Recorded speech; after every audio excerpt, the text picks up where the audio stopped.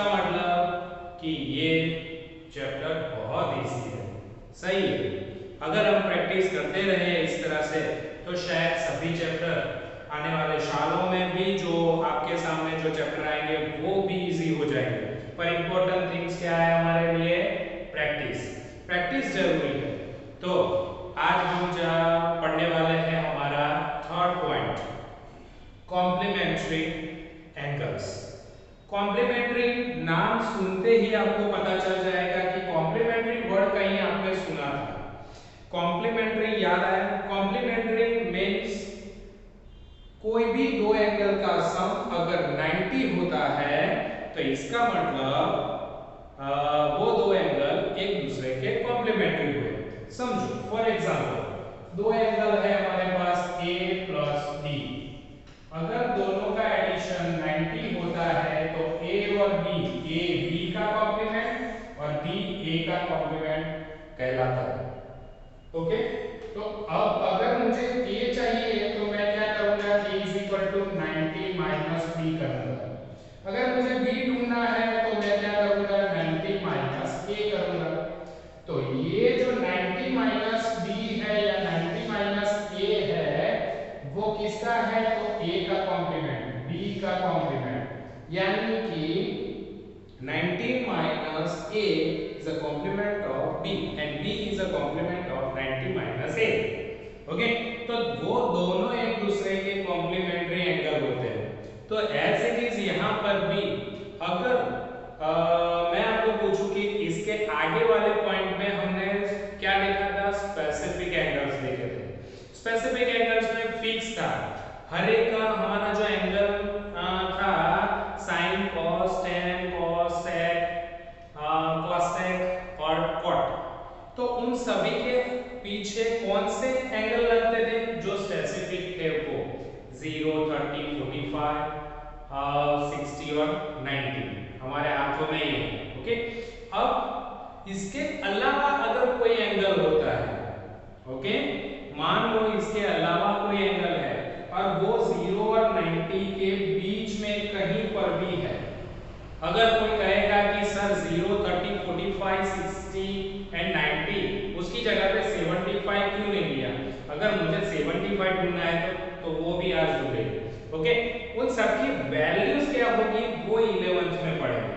पर यहाँ पर दो कॉम्प्लीमेंट्री एंगल होंगे जिसमें 0 to 90 के बीच में होगा हर एक एंगल। ओके, और जो स्पेसिफिक एंगल नहीं है तो ऐसे ही एंगल यहाँ पर हम पढ़ने वाले हैं।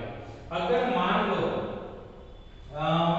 जैसे ये B is equal to 90 minus A, अगर हमारा A 40 डिग्री है, अब 40 डिग्री वो स्पेसिफिक एंगल में नहीं है, तो 40 डिग्री है तो plus B is equal to क्या होंगे?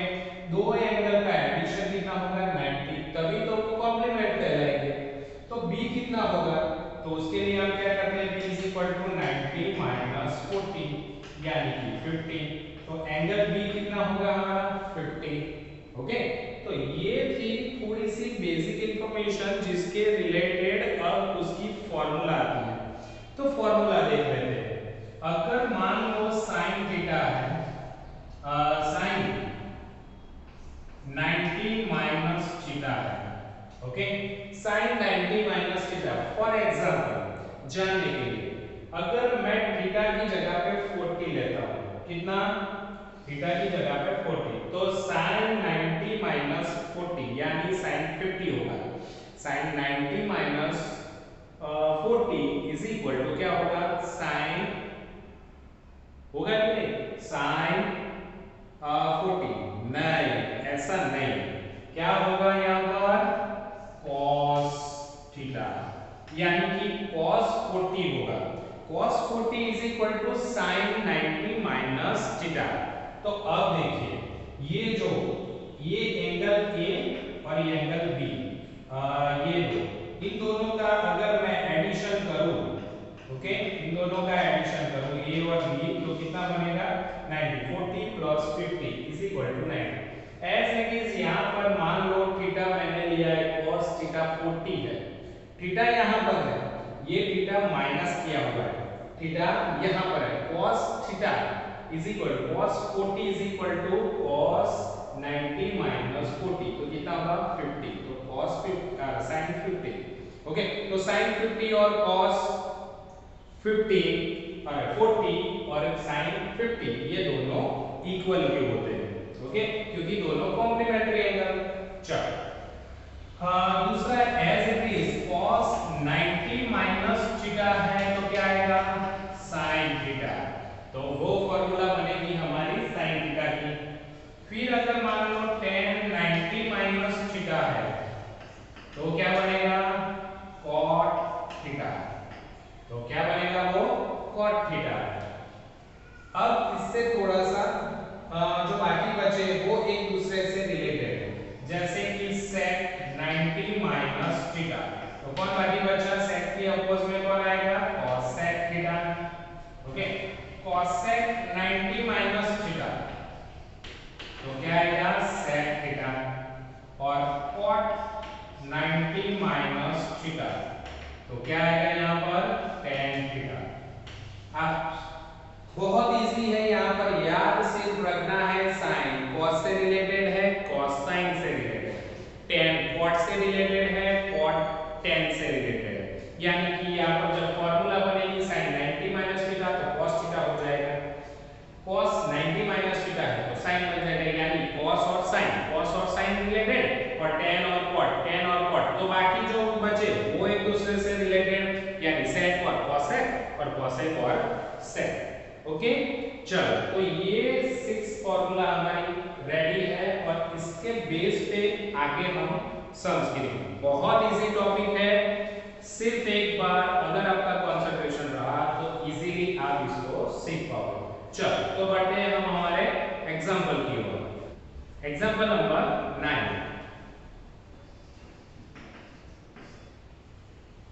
क्या कह रहा है एग्जांपल नंबर 9, तो इवोल्यूट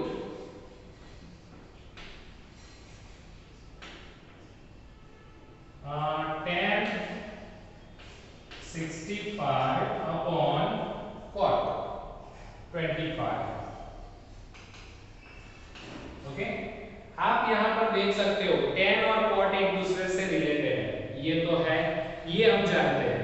एंगल देखो, दो एंगल का एडिशन देखो, 65 प्लस 25 कितना होगा, अरे हाँ 90।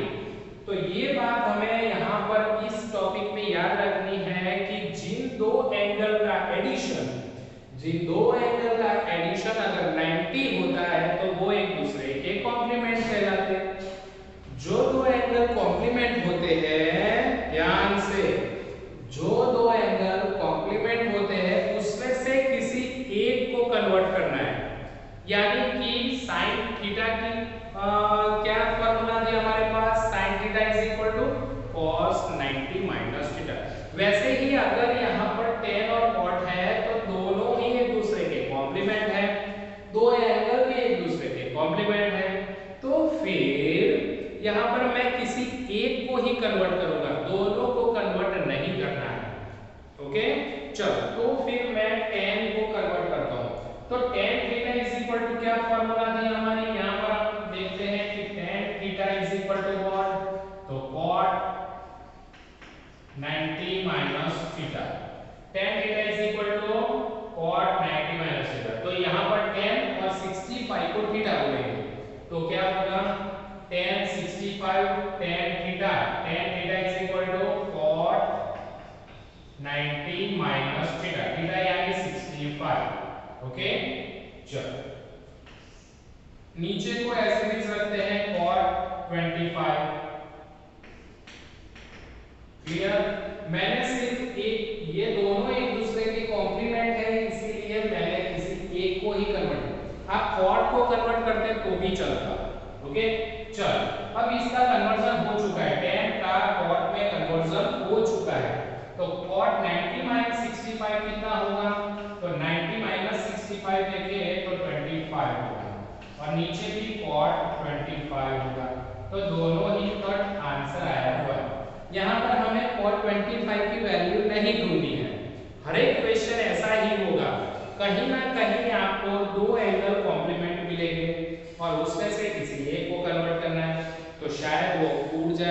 या रिकट हो जाए या फिर एडिशन में आ जाए। ओके, चलो तो देखा आपने, बहुत इजी है। Next example number 10। Example number 10 क्या कह रहा है देखते हैं। sin 3a is equal to cos a minus 26, okay, where 3a is an acute angle and find the value of a। यहाँ पर acute angle का मतलब 90 से छोटा, यानी 3a जो है वो 90 से छोटा है। एक ये बात। दूसरी बात यहाँ पर a फाइंड आउट करना है। a फाइंड आउट करना है तो 3a को मैं क्या बोल दूंगा, थीटा। तो sin theta is equal to cos a minus 26, यानी ये भी थीटा ही है, पर ये दो थीटा अलग अलग है। यहाँ पर 3a है, यहाँ पर a minus 26 है। दोनों को कंपेयर कब कंपेयर किया जा सकेगा, यहाँ पर भी sin, यहाँ पर भी sin, या फिर यहाँ cos, यहाँ पर cos, तो दोनों कंपेयर हो सकते हैं।